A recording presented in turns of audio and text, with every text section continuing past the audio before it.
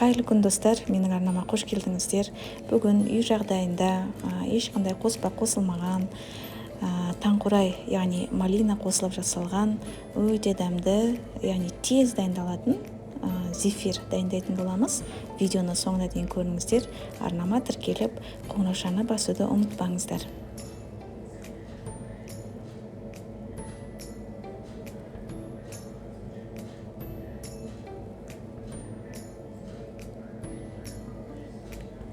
Ең алдымен, яғни таңқурай малинаның пюресін алып, оған қантымызды қосып, бәрін жақсылап миксерлеп араластырып аламыз.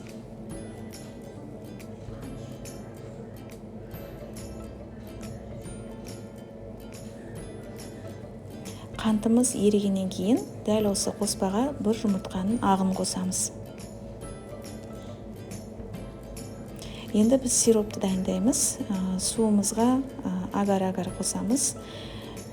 Баяу отқа қойып, яғни суымыз қайнағанша араластырып тұрамыз.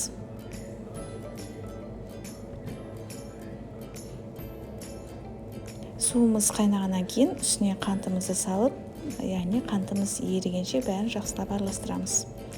Агар-агар ол, яғни кондитерлік дүкендерден алсаңыздар болады. Сиропымыз дайын болғаннан кейін, дәл осы қоспаға ақырындап шетінен құйып, бірге араластырып миксерлейтін боламыз.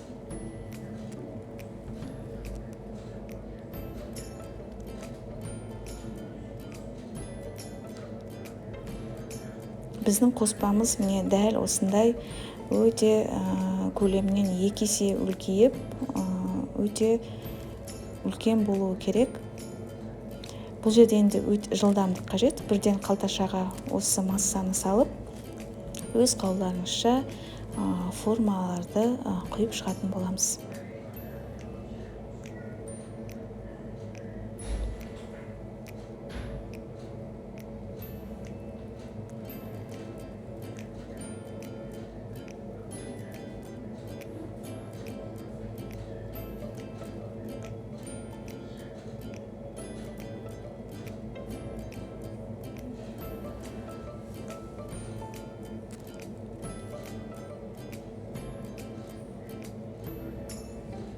Бөлме температурасында қойып қоямыз. 15 минуттан кейін үстіне қант ұнтағын себеміз.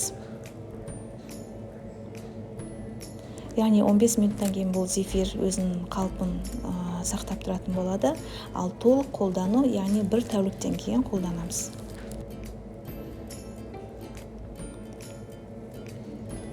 Яғни өте ұлпа, жұмсақ, дәмді болып шығады. Міндетті түрде дайындап көріңіздер. Ұнаса үлпіл басып, қолдап кетсеңіздер болады. Өте аз ғана азық-түлікпен дайындалған, сапасы өте жоғары, ешқандай қоспа қосылмаған үй жағдайындағы зефир. Назарларыңызға көп рахмет.